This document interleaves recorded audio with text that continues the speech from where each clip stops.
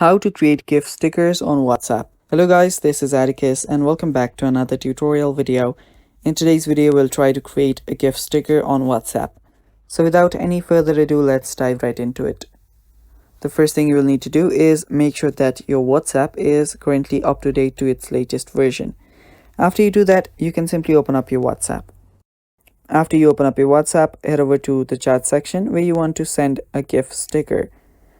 Now, after you're here, if you head over to the chat section, if you tap on this sticker icon, you will notice that you can send GIFs automated, or you can see GIFs that are already present in your WhatsApp.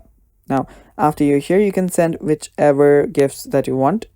Also, you can create GIFs. Now, by create GIFs is you can not actually create GIFs, but you can create stickers. So there is no update currently from where you can create GIFs, but there is an update from where you can create stickers. So you can create stickers from the stickers section right here. Tap on create. After you tap on create, simply choose a photo of which you want to create a sticker of.